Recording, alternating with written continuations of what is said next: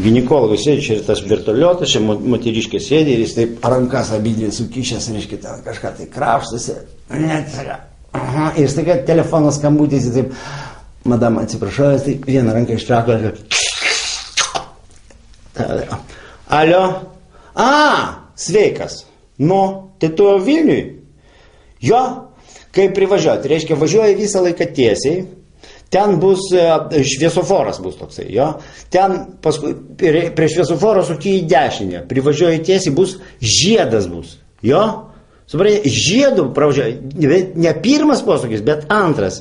Suki į dešinę, įvažiuoji tiesiai. Po to vienas šviesoforas, antras, trečias, ketvirtas, suki į kairę, į ten matysi namo numeris, užrašyta bus mano kliniko vardu. Supratai? Nu, viso, laukiu. Samanės, nu, ir išgersim kartu. Gerai, davai, iki. Taip. Žiūrėjau, madam, kas su jumis? Gydytojau, pakartokit maršrutą.